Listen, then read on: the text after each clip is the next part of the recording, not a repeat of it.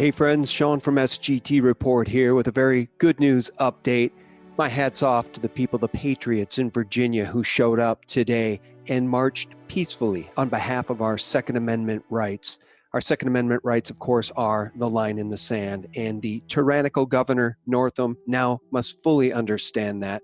This tweet from Joe Feynman over on Twitter: heads up, people, over 22,000 gun rights activists in Virginia today. I think the number was actually closer to 25,000.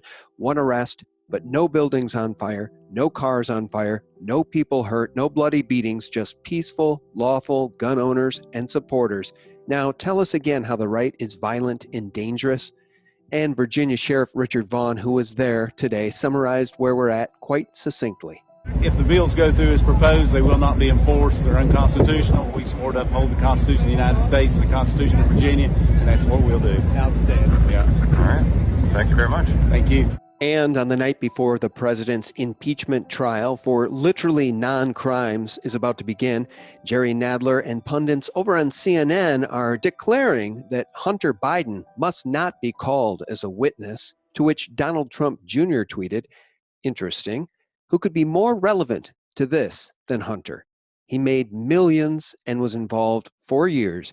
When I took a 20-minute unsolicited meeting and I had to do 30 hours of testimony? What the?" Anybody like Hunter Biden who has no information about any of that is not a relevant witness. And on this subject, Jonathan Turley notes, "I've been writing on the obvious relevance of Hunter Biden as a defense witness and the equally obvious hypocrisy of some Democrats in demanding their own witnesses while refusing to consider key White House witnesses. Now, House Judiciary Chairman Representative Jerry Nadler, of course a Democrat from New York, where they love abortion in the 9th month, has suggested that if a trade is needed to secure House witnesses, the managers will not agree to any witnesses if Hunter Biden is part of the deal." And Turley notes, if true, is the House prepared to give up on proving its case to protect the Bidens? And I certainly agree with Turley about this. The jaw-dropping hypocrisy of the Democrats reaches new heights on a daily basis. And meanwhile, new news that CNN will ignore: Joe Biden's brother, Frank, bagged $54 million in taxpayer loans during the Obama years. Evidently, when it comes to graft, the Bidens like to keep it all in the family. And finally tonight, Puerto Rico is back in the news.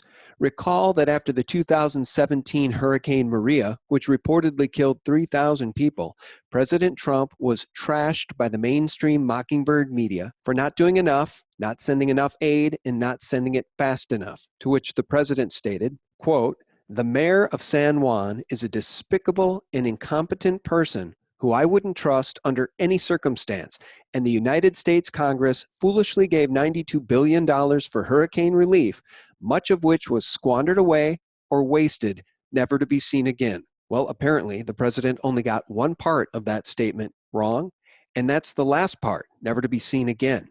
Just look what citizens in Puerto Rico discovered over the weekend. Locked away in a giant warehouse, dozens and dozens of pallets of badly needed life-saving supplies, including tarps, water, diapers, blankets, baby formula, and other basic necessities that could have and would have saved lives. Now, as a result of this bombshell discovery, Puerto Rico's governor has fired the island's director of emergency management.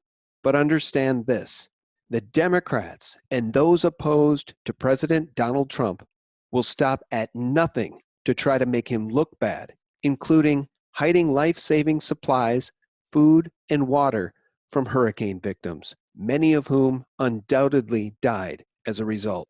The question now is who specifically did this and how many people were killed as a result. The enemies of this president are indeed the enemies of us all. Friends, thank you so much for tuning in. And again, a hat tip to the patriots in Virginia. Governor Northam, are you getting the message? If the bills go through as proposed, they will not be enforced. They're unconstitutional. We support to uphold the Constitution of the United States and the Constitution of Virginia, and that's what we'll do. And finally, friends, I'll remind you to take back control of the internet. Switch to the Brave browser. It's free to download, it's free to use, and it's 3 to 6 times faster than Google's Chrome, and it will never spy on you like Chrome does. I'll leave the link below this video. And for real news 24/7, you can visit us directly at sgtreport.com, the antidote to corporate propaganda. God bless. Bye-bye. I think the ancients knew a lot more about where we are than we do now because we've been lied to so much.